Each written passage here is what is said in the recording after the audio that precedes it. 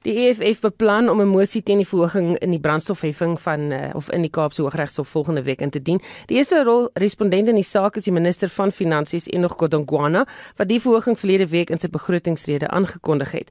Die verhoging sal 16 sent vir petrol en 15 sent vir diesel wees. Ons praat nou met die tesourier-generaal van die EFF, Ompile Moatwe. Good afternoon, Ompile. Good afternoon to you and the listeners. Why are you taking this to court?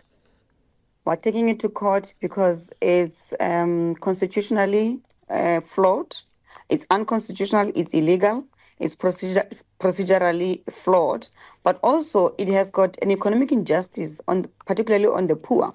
So here is the thing. The minister is the executive, and he does not have the powers to enact a national act through passing of a notice. So he intends to put a notice on the government gazette that introduces the fuel levy, but he doesn't have powers for that.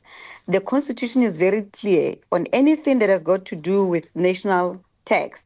It has to follow the Money Bills Act. And the Money Bills Act says that the powers lies with the legislature, which is Parliament. So Parliament has to go through a legislative process for it to introduce that fuel levy increase. So the minister does not have the powers to do that. He wants to do exactly what he did with VAT, which we took to court, and the court ruled in our favor, in agreement with us that indeed the minister does not have powers to do that. So we're saying the minister is overreaching because he's an executive and therefore cannot impose a national tax through a regulation. And that's what he's trying to do. When are you planning on doing this?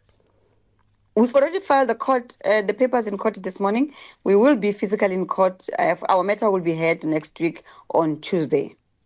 Baie dankie, dit was die tesourier-generaal van die EFF, Ompile Moatwe.